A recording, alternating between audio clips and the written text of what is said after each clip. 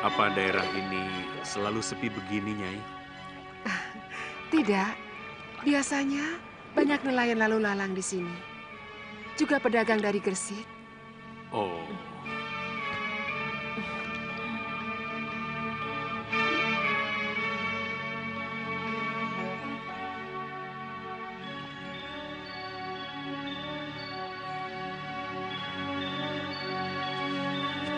Dewi Sintawati dan Aji Santa berdiri di tengah reruntuhan padepokan Sugaluh. Mata mereka memandang luas ke area yang kini hanya dipenuhi puing-puing dan debu. Mereka berdua terdiam, mencoba memahami skala kerusakan yang ada di depan mereka. Padepokan yang dulunya menjadi pusat ilmu pengetahuan dan kebijaksanaan kini hanya menjadi kenangan. Aji Santa menghela napas berat, mengingat saat-saat ketika mereka berdua belajar dan berlatih di tempat ini. Bagaimana ini bisa terjadi? Dia bertanya, suaranya dipenuhi dengan kesedihan dan kemarahan. Dewi Sintawati menatap sekitar, mencari petunjuk atau tanda-tanda yang mungkin bisa memberikan jawaban. Kita harus mencari tahu siapa yang bertanggung jawab atas kehancuran ini, katanya, tekadnya terlihat jelas di wajahnya. Mereka mulai mencari di antara reruntuhan, mencari petunjuk atau barang yang mungkin masih tersisa. Saat berjalan, mereka menemukan beberapa bekas pertempuran, termasuk senjata yang patah dan tanah yang terganggu. Ini mengindikasikan bahwa kehancuran padepokan Sugaluh bukanlah kecelakaan, melainkan hasil dari serangan sengaja. Setelah mencari cukup lama, mereka menemukan sebuah prasasti yang tersembunyi di antara puing-puing.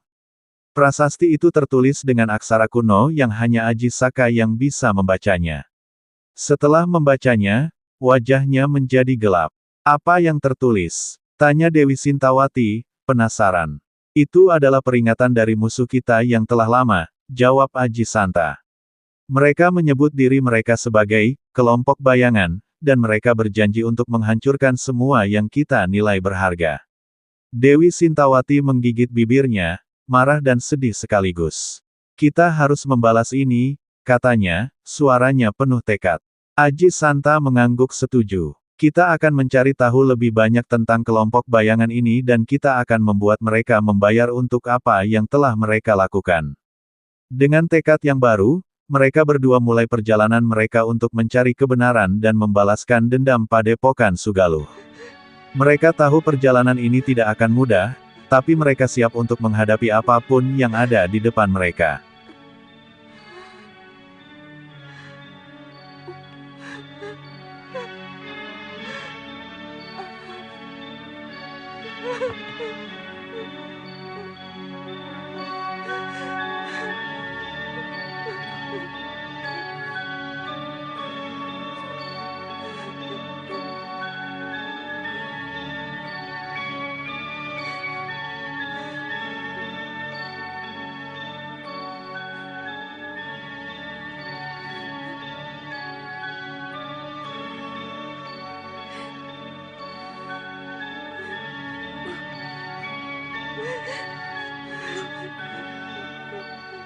Galuh Parwati, anakku. Bopo minta maaf padamu.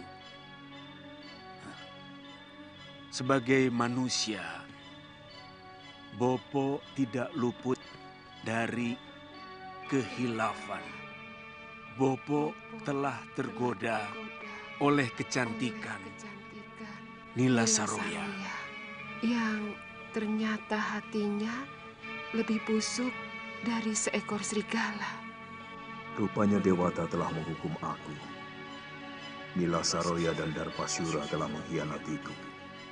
Mereka berkomplot dengan orang-orang sedayu menghancurkan padepokan Sugaluh. Pergilah kalian, cari wanita jahat itu. Rebut kembali semua pusaka padepokan. Dan yang perlu kalian ketahui, bayi yang dikandung Saroya bukan anakku, tapi benih pendekar Sudamani yang telah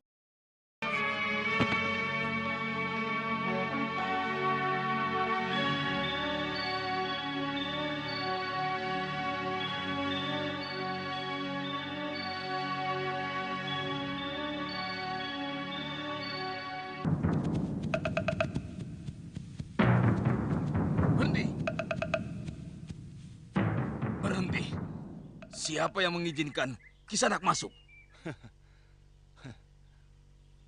Seorang pengelana tidak pernah meminta izin kepada siapapun untuk memasuki daerah manapun. Aku ingin ketemu Nila Saroya. Ada urusan apa? Hah? Apa di perguruan ini? Biasa seorang murid mau tahu urusan gurunya. Cepat sampaikan. Aku datang. Namaku Angling Dharma.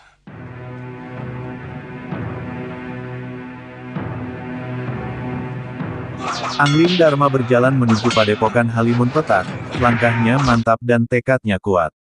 Ketika tiba di padepokan, dia melihat sosok yang tidak asing, Darpasyura, yang berdiri dengan senyum sinis di wajahnya. Darpasyura dulunya adalah sahabat karib kakak Angling Dharma, namun kini dia telah berubah menjadi musuh yang berbahaya. Darpasyura, apa yang kamu lakukan di sini? Tanya Angling Dharma, suaranya tegas. Darpasyura tertawa sinis. Aku telah memutuskan untuk mengikuti jalan yang lebih menguntungkan, Angling Dharma. Dan itu berarti aku harus mengkhianati sahabatku sendiri, Mahasyura. Angling Dharma merasa marah mendengar pengkhianatan Darpasyura. Kamu telah melanggar kode kehormatan seorang ksatria. Aku tidak akan membiarkanmu lolos dari perbuatanmu ini. Darpasyura hanya tersenyum dan mengeluarkan pedangnya. Aku telah menunggu saat ini, Angling Dharma. Mari kita lihat siapa yang lebih kuat di antara kita. Pertarungan sengit pun terjadi. Angling Dharma dan Darpasyura bertukar pukulan dan tendangan, keduanya memiliki kemampuan yang luar biasa.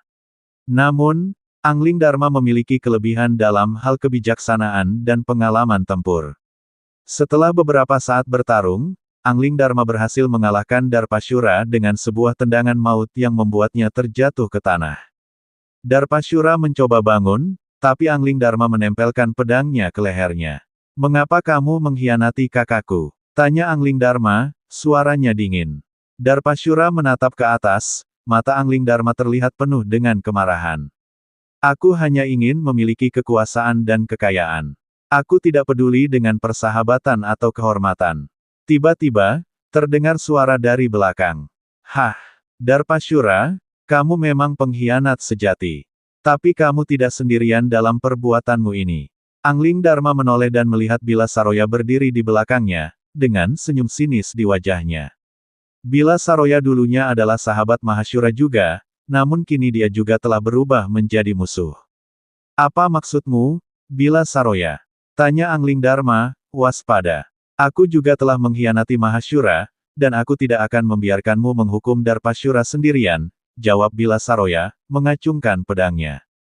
Angling Dharma merasa kesal. Kamu berdua memang pasangan yang serasi dalam pengkhianatan. Tapi aku tidak akan membiarkan kalian berdua lolos. Adu bacot pun terjadi antara Angling Dharma dan Bila Saroya, keduanya saling ejek dan saling tantang. Pertarungan pun tidak bisa dihindari lagi. Kamu pikir kamu bisa mengalahkan aku, Angling Dharma? Tanya Bila Saroya, menantang. Aku tidak hanya bisa mengalahkanmu, tapi aku juga akan membuatmu menyesali perbuatanmu, jawab Angling Dharma, siap untuk bertarung. Pertarungan sengit pun terjadi antara Angling Dharma dan Bila Saroya, keduanya memiliki kemampuan yang luar biasa dan saling mengalahkan. Namun, Angling Dharma memiliki kelebihan dalam hal kebijaksanaan dan pengalaman tempur, sehingga dia berhasil mengalahkan Nila Saroya dengan sebuah pukulan maut.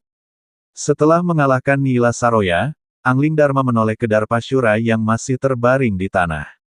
Kamu berdua memang pasangan yang serasi dalam pengkhianatan. Tapi aku tidak akan membiarkan kalian berdua lolos dari perbuatanmu ini. Darpasyura hanya menatap ke atas, mata Angling Dharma terlihat penuh dengan kemarahan. Aku akan membuat kamu berdua membayar untuk pengkhianatanmu. Angling Dharma kemudian mengikat mengalahkan akan keduanya dan Nila Saroya pun dibawa oleh seseorang yang entah itu siapa seakan kabut dalam bayangan menghilang.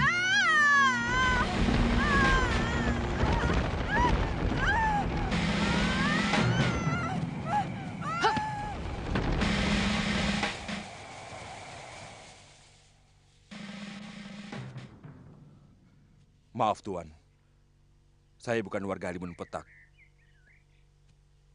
Siapa kamu? Saya Pangeran Danurweda dari Kalinggapura. Oh, kebetulan. Beberapa bulan ini, rakyat Kalinggapura banyak yang mengungsi ke Malwapati. Angling Dharma bertemu dengan Pangeran Danurwenda. Angling Dharma, aku membutuhkan bantuanmu, kata Danurwenda, suaranya terdengar putus asa. Apa yang terjadi, Pangeran? Tanya Angling Dharma, penasaran. Aku telah dihadapkan pada situasi yang sulit. Aku membutuhkan bantuan Nila Saroya untuk menghadapi musuhku, jawab Danurwenda. Angling Dharma mengerutkan keningnya. Bila Saroya, aku tahu siapa dia, tapi aku juga tahu bahwa dia bukanlah orang yang bisa dipercaya. Danurwenda terdiam sejenak. Aku tahu risikonya, tapi aku tidak memiliki pilihan lain. Aku harus menghadapi Nila Saroya, istri selir ayahku yang telah licik merenggut kekuasaan dan mengusirku dari istana. Angling Dharma mengangguk paham. Aku tahu tentang Nila Saroya. Dia memang wanita yang berbahaya.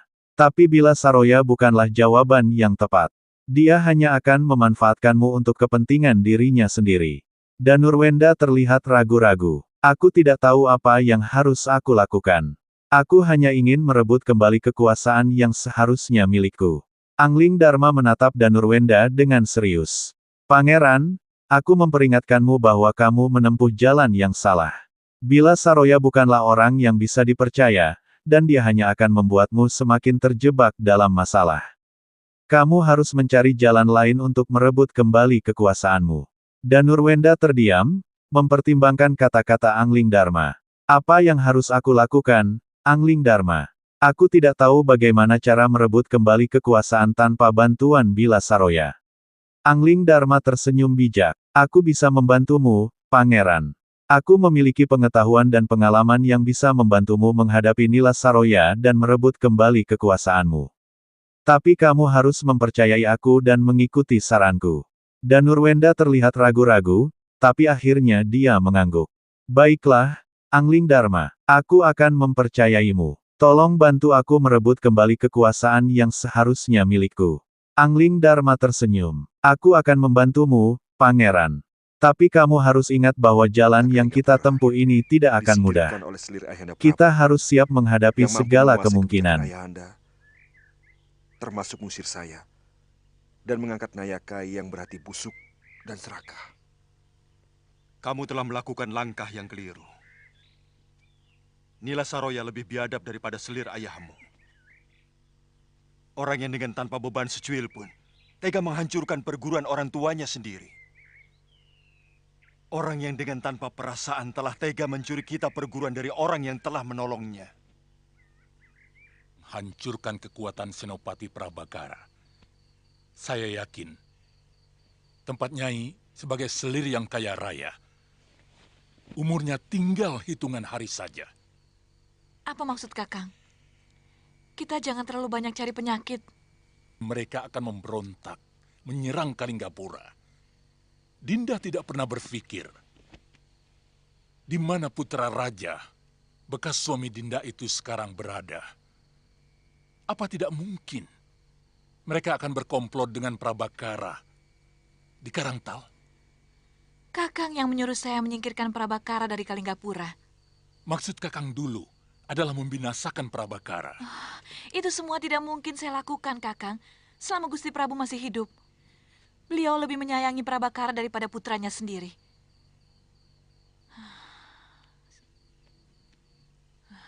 Sekarang, apa yang harus saya lakukan? Hancurkan Prabakara sebelum terlalu kuat. Caranya, Dinda pasti jauh lebih pandai dari saya. Saya tahu hubungan Dinda dengan bekas senopati itu. Kakang,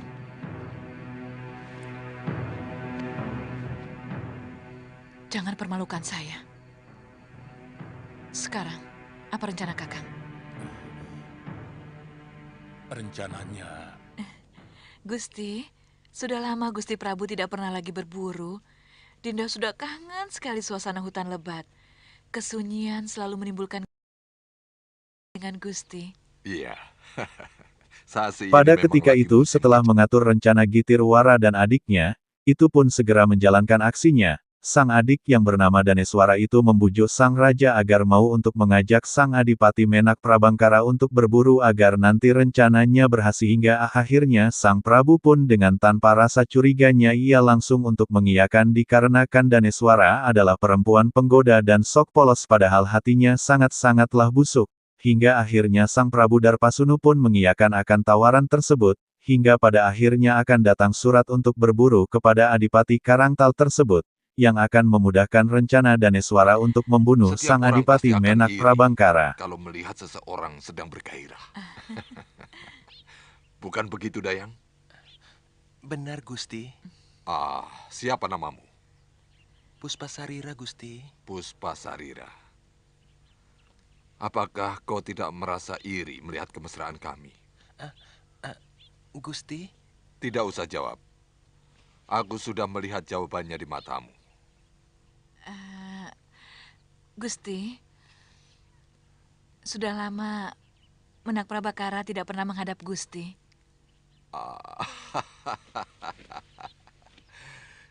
Dia sedang membenahi kadipatennya. Nanti kalau ada waktu, dia pasti menghadap. Apa tidak sebaiknya Adipati diajak ikut berburu?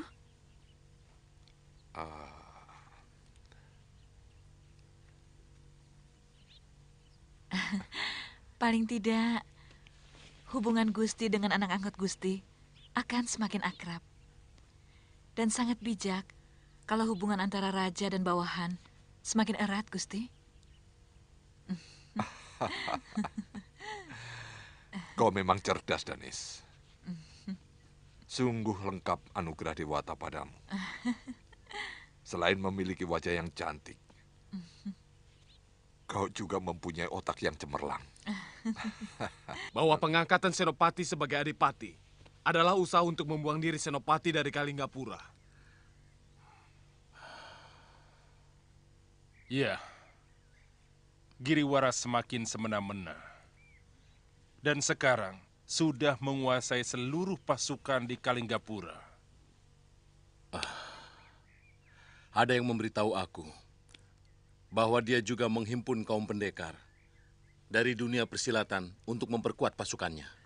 Iya, mereka dijadikan tukang pukul Giriwara untuk mengacam rakyat yang tidak menyetor Di pajak sisi yang kepadanya. berbeda sang Adipati Karangtal adalah membicarakan masalah serius dikarenakan pengangkatan Menak Prabangkara menjadi adipati adalah siasat agar kekuatan-kekuatan yang ada di sana hilang seketika hingga pada akhirnya sang raja tidak ada kekuatan lagi agar bisa untuk menguasai akan kerajaan Kalinggapura yang mana kerajaan tersebut sudah dalam keadaan genting karena ulah Giriwara yang mana Giriwara itu ingin menguasai akan kerajaan dan dimulai dari Maha Menteri dan semua yang menentangnya harus dimusnahkan agar kelancaran aksi-aksinya itu berjalan dengan lancar dan sukses. Begitulah yang disampaikan bawahan dari Adipati Karangtal.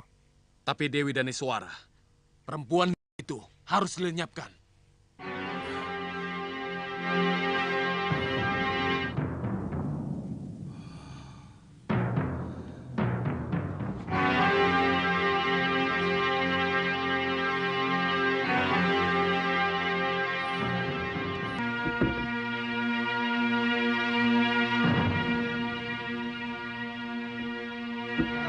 Sudah hadir semua. Duduk.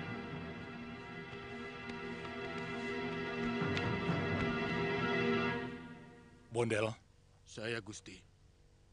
Rambat, Gusti. Ponser, Gusti. Giwang. Gusti. Tugas kalian hanya melenyapkan Adipati Prabakara.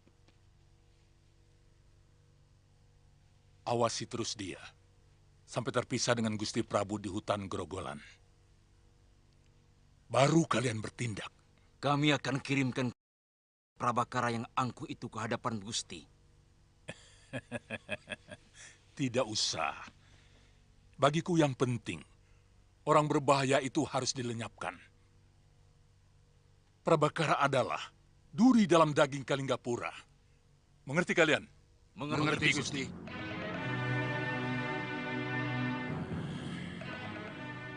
Prabakara.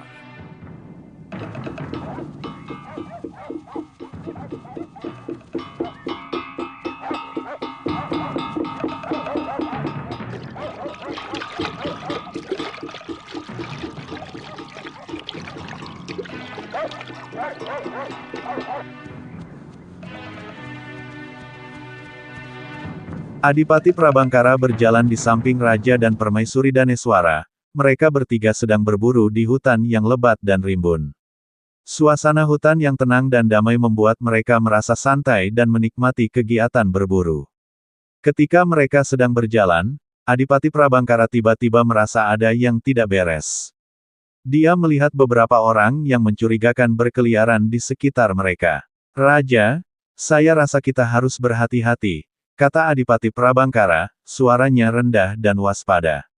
Raja dan Permaisuri Daneswara melihat sekeliling, tapi mereka tidak melihat apa-apa yang mencurigakan.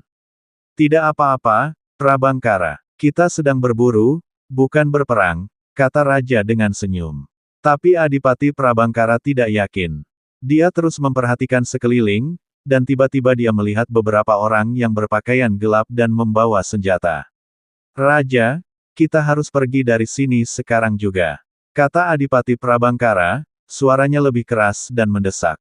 Tapi sudah terlambat. Para penjahat pendekar itu sudah mengepung mereka, dan Adipati Prabangkara, Raja, dan Permaisuri Daneswara terjebak di tengah-tengah hutan.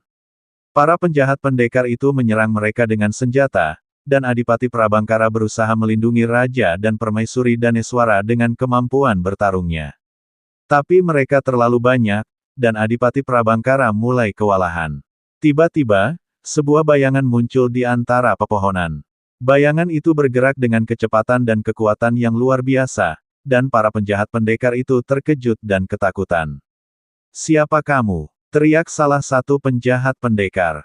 Bayangan itu tidak menjawab, tapi dia terus menyerang para penjahat pendekar dengan kemampuan bertarung yang luar biasa. Adipati Prabangkara, Raja, dan Permaisuri Daneswara terkejut melihat kemampuan bertarung yang dimiliki oleh bayangan itu.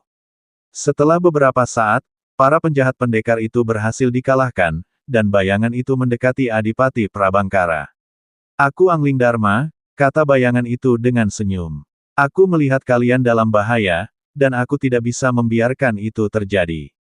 Dan Angling Dharma pun memberitahukan akan keberadaan Pangeran Danurwenda, yang mana sang pangeran pun mengungkapkan bahwa ia telah berselingkuh dengan sang mantan istrinya hingga pada akhirnya, sang Adipati Prabangkara merasakan bersalah dan ia kembali lagi ke Kam untuk mencari kebenarannya hingga saatnya terkejutlah Daneswara, melihat sang Adipati Prabangkara masih hidup.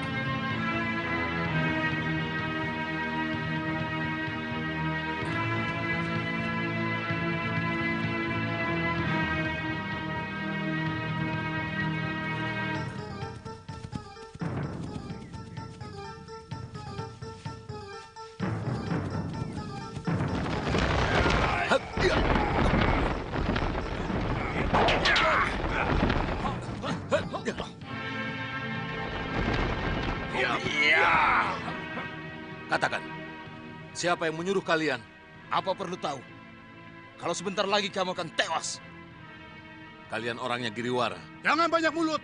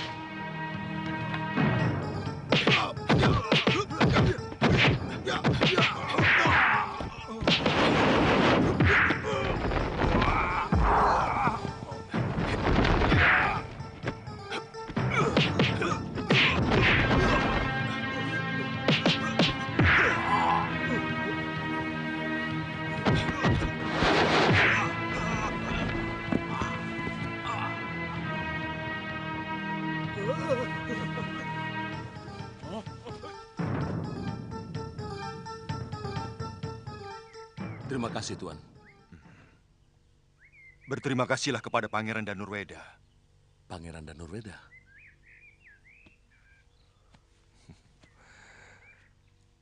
Apa kabar, Paman Prabakara? Pangeran? Perburuan ini sebenarnya hanya untuk menjebak Paman. Dan Suara berkomplot dengan kakaknya, mau membunuh Paman. Hah? Bagaimana Pangeran bisa tahu? Dari telik sandi saya. Saya tahu, Paman disingkirkan dari Kalinggapura. Dan saya juga tahu. Maaf, kalau Paman berselingkuh dengan wanita itu.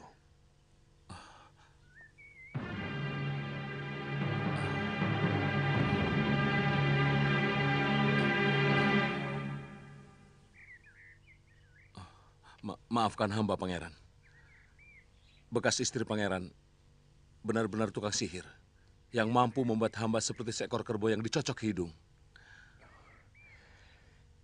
Itu juga yang terjadi pada Ayahanda Prabu. Dan Suara memang wanita cantik. Tapi berarti iblis. Dia telah menghancurkan kewibawaan saya. Seolah saya sebagai suami yang lemah. Lagi pula, bagaimana mungkin saya akan berseteru dengan Ayahanda Prabu? Sementara yang diributkan adalah soal aib.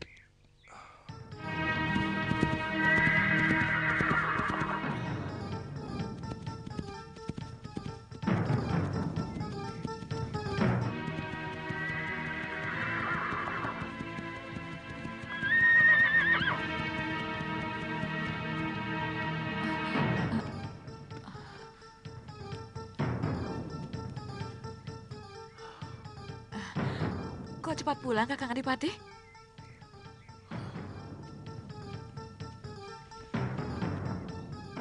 Kamu tidak kaget aku pulang dengan selamat, Daneswara? Apa maksudmu, Kakang? 4 pendekar yang kamu kirimkan untuk membunuh saya telah gagal. Saya benar-benar tidak mengerti.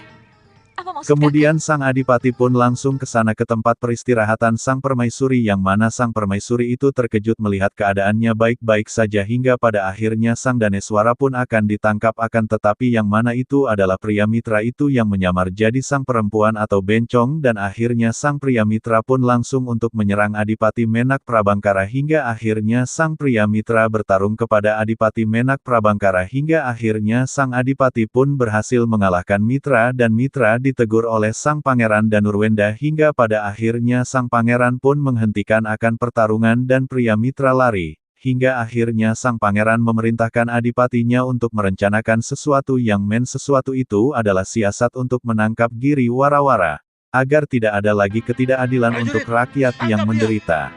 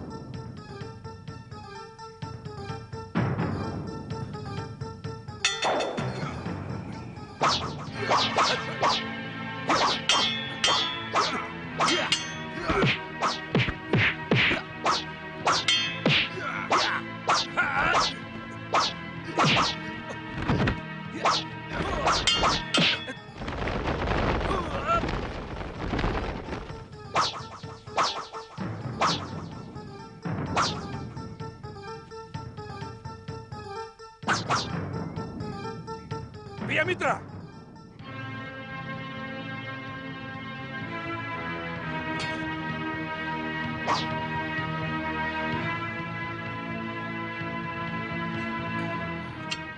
Pangeran mengenalnya? Iya. Dia adalah mata-mata yang dikirimkan oleh Nila Saroya. Pangeran juga kenal dengan Mahaguru dari Halimun Petak. Semula saya meminta bantuan kepada Nila Saroya untuk mengembalikan kekuasaan di Kalinggapura. Tapi Prabu Anglingdarma memperingatkan saya bahwa Nila Saroya adalah seorang guru silat yang durhaka kepada suaminya dan juga leluhurnya, Halimun Petak. Dulu, Halimun Petak memang perguruan putih. Tapi setelah kematian Puranggasuli dan diganti putrinya, perguruan itu menjadi sarang Bromocora dan pembunuh-pembunuh bayaran. Mungkin termasuk dia. Prabu Anglingdarma memaksa Nila Saroya untuk mengembalikan kitab pusaka perguruan Sugalu yang dia curi. Tapi Saroya melawan. Hingga terjadi pertarungan. Dan Saroya kalah. Tapi ada seseorang yang membawa tubuhnya pergi.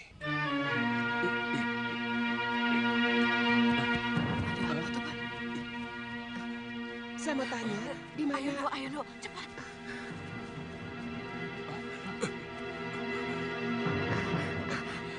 Jangan takut. Aku cuma mau tanya, di mana padepokan Halimun Petak? Oh, di balik bukit itu, Nyi Sanak. Tapi sebaiknya Nyi Sanak menginap di desa yang paling atas. Karena kalau malam, jalan menuju Halimun Petak sangat berbahaya. Banyak jurang yang tidak tampak. Wah, kalau kabutnya turun, gawat. Terima kasih. Kembali.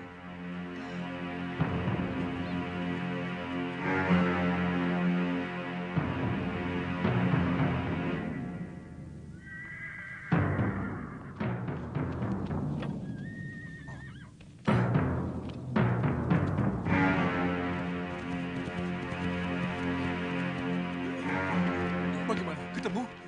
Mana biung saya? Ampun, Gusti.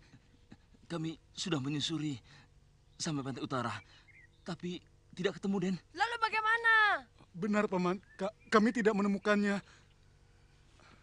Sudah, Wirat. Kalau begitu, pasti bukan Nyai Nila Saroya. Lokahita. Iya, Paman.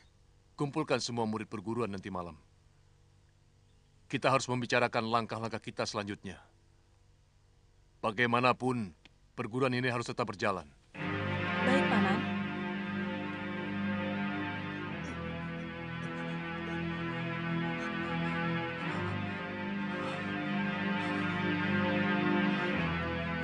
Di malam yang penuh gulita sang pria mitra memenahan rasa sakit yang mana itu mendalam hingga akhirnya ia sampailah di padepokan Halimun Petak yang mana sang Dadar Pasyura kaget dengan melihat hal keadaannya seperti ini hingga pada akhirnya sang pria mitra menceritakan semuanya kenapa ia jadi seperti ini hingga akhir Nua sang Darpasyura menyimpulkan bahwa Angling Dharma itu adalah penghalang misi-misi dari Halimun Petak, yang mana mereka kehilangan teman kerjasama dan akhirnya ia pun sangat-sangatlah marah kepada sang Angling Dharma yang telah mengacaukan rencana dari padepokan Halimun Petak. Sang guru Nila Saroya pun belum diketemukan, karenanya ia pun menjadikan rencana keesok harinya untuk mencari sang gurunya Nila Saroya. Tapi sebagian tetap menjaga perguruan ini. Bukan tidak mungkin, Pangeran Danurweda masih tetap membutuhkan bantuan kita untuk merebut kekuasaan dari tangan ibu tirinya.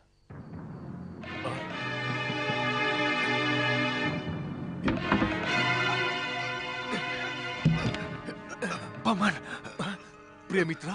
Kakang. Pangeran Danurweda mengkhianati kita. Dia berbalik menghujat dan memburuk-burukan guru.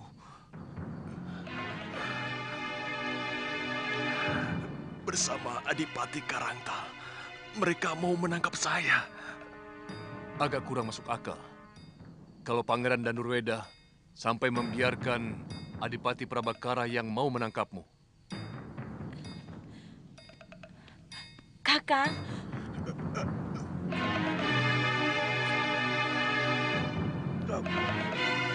Mungkin Pangeran Danurweda lupa kalau Kakang adalah mata-mata yang dikirim guru atas pengetahuan beliau sendiri. Ceritakan dengan jujur, Premitra. Mungkin kamu membela Dewi Daniswara.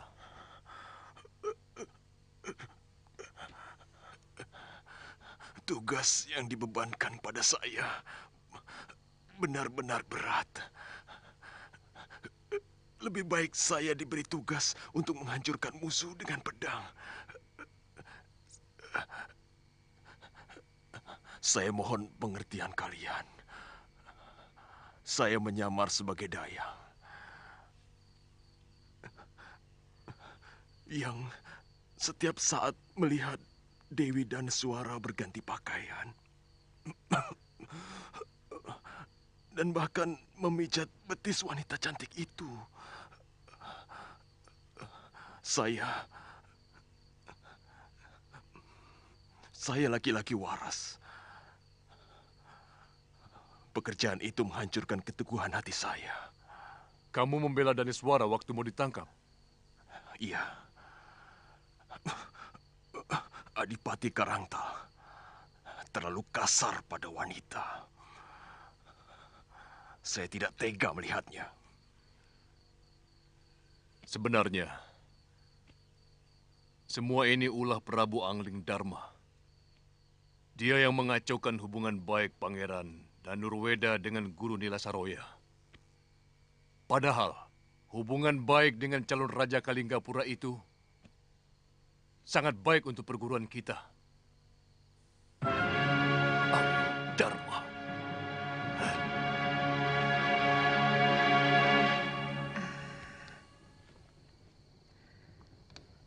Suliwa adalah murid termuda Kakang Empu. Ia sangat cerdas dalam menyerap ilmu dasendria. Dia sangat menyayangi Galuh Parwati. Tapi saya takut mereka mencari saya ke Pulau Momongan dan menjadi korban kekejaman Kalapati. Mereka pasti selamat kalau mampu melawan semua pendekar Pulau Momongan yang sangat ganas. Tapi saya yakin ilmu kanuragan mereka bisa diatasi Galuh dan Suliwa. Yakin. Mudah-mudahan. Nyi, apa yang akan Nyai lakukan kalau kita nanti ketemu Nilasaroya?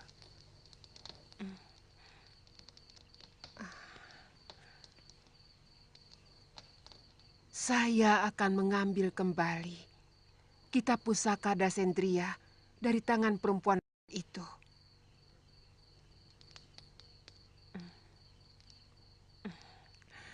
Kakang, saya akan kembali membangun Padepokan Sugaluh.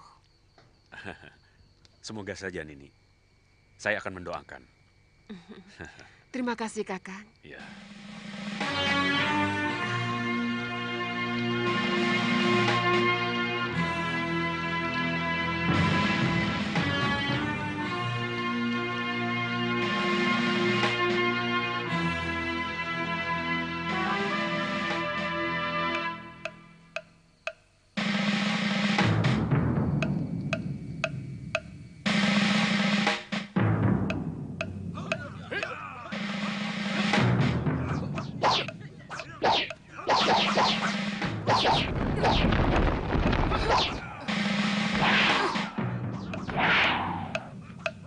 Mana perempuan itu, Darpasura? Kamu lupa padaku, Darpasura? Kamu mengira aku telah mati di Pulau Momongan? Tatap wajahku, Darpa, supaya kamu tidak penasaran menghadapi kematian. Yeah!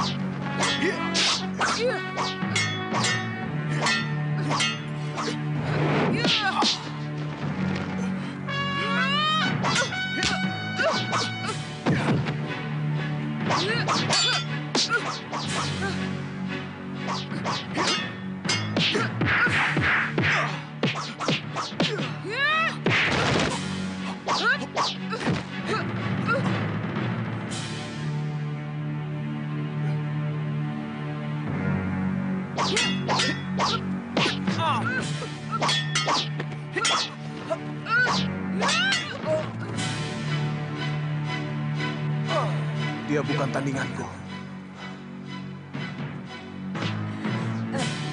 Sebaiknya kita lari dari sini, Wira. Keesokan harinya, Padepokan Halimun Petak, yang mana padepokan itu kedatangan tamu lagi yang mana padepokan itu dihadapkan dengan Sang Dewi Sintawati yang ternyata masih hidup. Darpasyura, yang kaget melihat akan hal tersebut, ia pun bertarung dengannya dan akhirnya Sang Darpasyura pun kalah melawan akan Dewi Sintawati, karena dendam membara yang dibuat oleh Nila Saroya. Ia terbalaskan dengan caranya yang kejam namun sedikit kasihan. Setelah itu Sang Darpasyura pun langsung untuk menunjukkan di mana tempat pusaka Sugaluh ditempatkan dan akhirnya Sang Darpasyura disuruh mengambilnya. Akhirnya Sang Darpasyura pun langsung tewas karena jebakan yang dia bikin sendiri. Dengan hal tersebut Sang Dwi Sintawati terbang mengambil akan pusaka padepokan Sugaluh, hingga pada akhirnya Sang Sintawati pun selamat dari jebakan itu. Sungguh, saya menyesal telah melakukan semua itu. Begitu sederhana kata-katamu. Menyesal. Setelah semuanya hancur berantakan. Padepokan itu hancur. Kita pusakanya kalian curi. Kakangku Mahasyura entah berada di mana. Demikian pula dengan putri tunggalku. Kamu pikir hanya cukup dengan menyesal? Tapi semuanya sudah terlanjur. Saya malu untuk kembali ke Sugaluh, Yuda Dewi. Ya!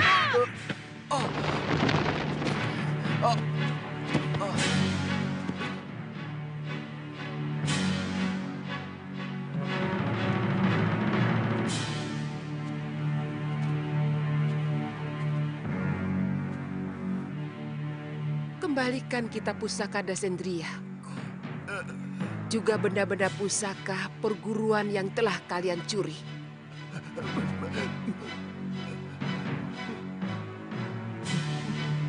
Baik, Yuda Dewi.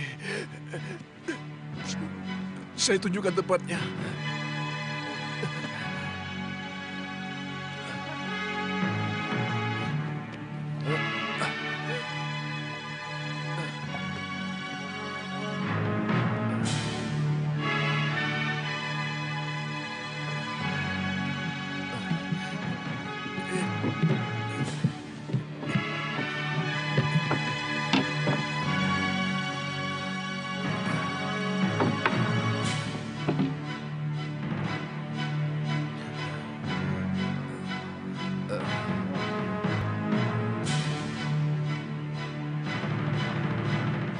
Turun, Darpasura.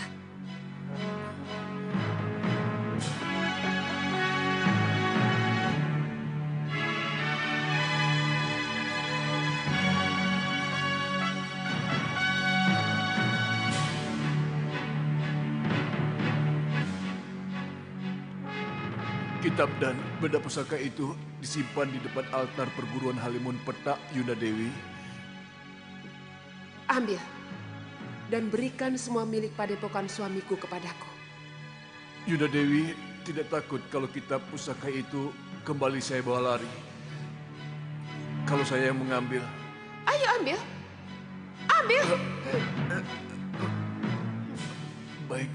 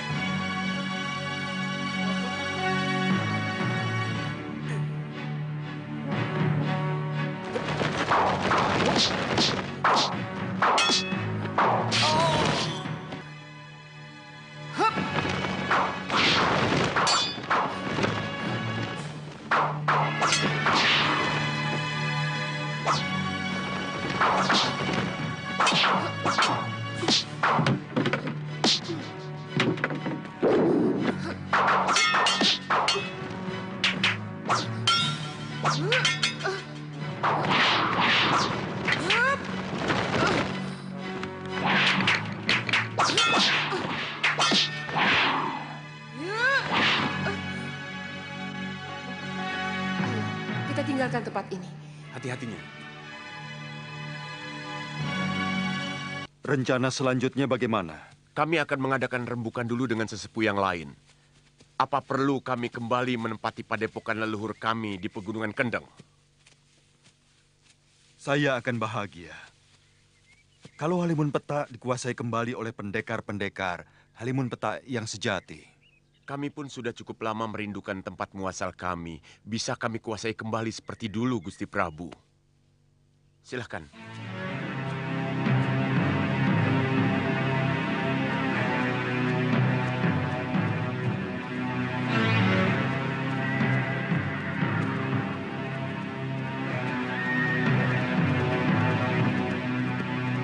Kakang tidak khawatir kalau sewaktu-waktu Nilasaroya kembali untuk mengambil haknya. Kita pertahankan sampai mati sekalipun. Kalau kita semua mati, maka sesungguhnya perguruan Halimun Peta akan sirna dari jagat persilatan di bumi Jawa. Kalau begitu, kita harus mempersiapkan segala sesuatunya dengan cermat. Baik, Kakang.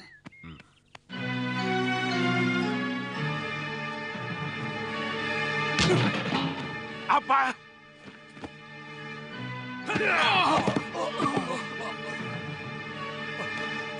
Ampun, Gusti. Pendekar itu luar biasa sakti, Gusti. Dia mampu menirukan hampir semua jurus kami, bahkan lebih sempurna.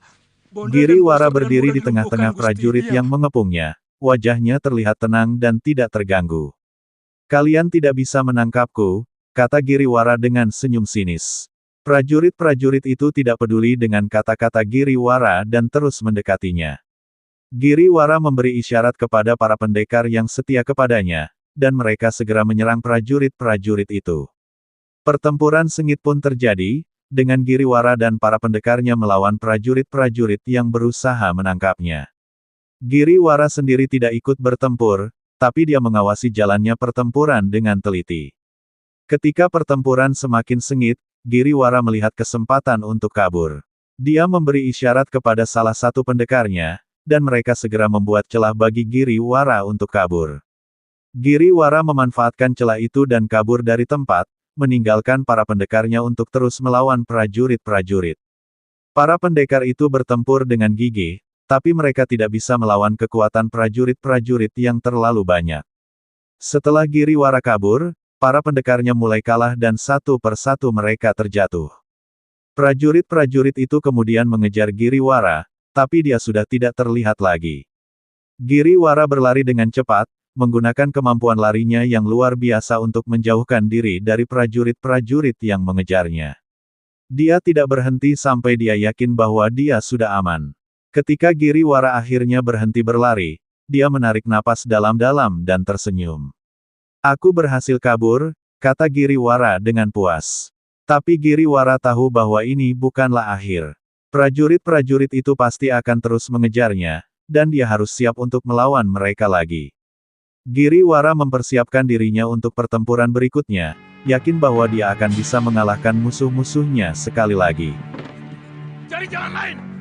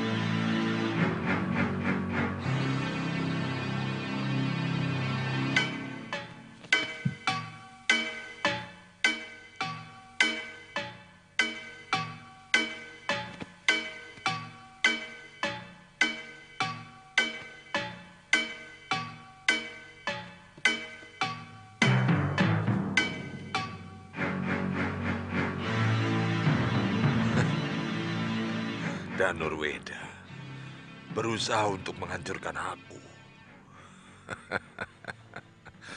Anak, rupanya dia dendam karena istrinya lebih memilih aku. Mestinya dia tahu bahwa alam adalah guru yang paling jujur. Bunga mana? Bunga mana yang bisa memaksa kumbang untuk mendatanginya? Kecuali dia mempunyai daya pikat.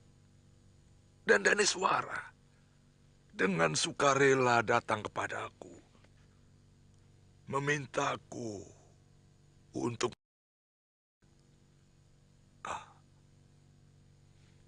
Apakah itu salah? Tentu saja tidak.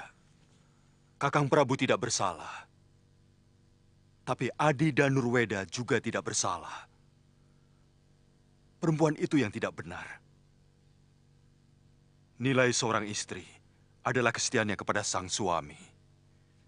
Dia telah mengkhianati suaminya, Pangeran Danurweda. Tidak ada perempuan yang mau dengan lelaki lemah. Dan kau sendiri pasti tahu itu. Sebagai lelaki, Danurweda terlalu lemah.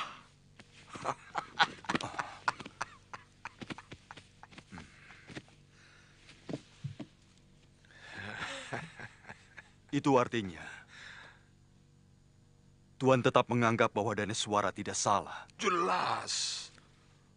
Buktinya, setelah hidup bersamaku, dia begitu setia. Dan kalau aku mau menuruti kehendaknya, aku tidak akan pernah keluar dari Tilemsari. Karena setiap saat, dia ingin selalu kupeluk.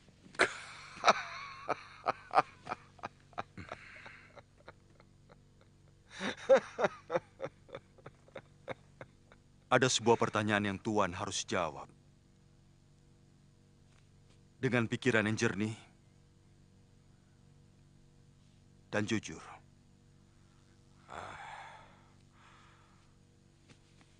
Apa sebenarnya maksudmu, Tuan Angling Dharma? Mana yang lebih Tuan pilih? Laporan jujur atau laporan kebohongan, tapi sangat menyenangkan di telinga Tuan? Jelas, yang jujur. Bagus. Selama ini Tuan hanya mendapatkan semua kebohongan.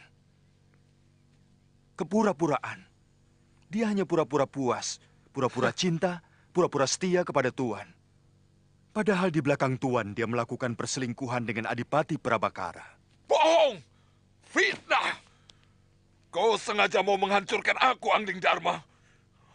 Dia juga melakukan perselingkuhan dengan seorang lelaki yang menyamar sebagai dayangnya.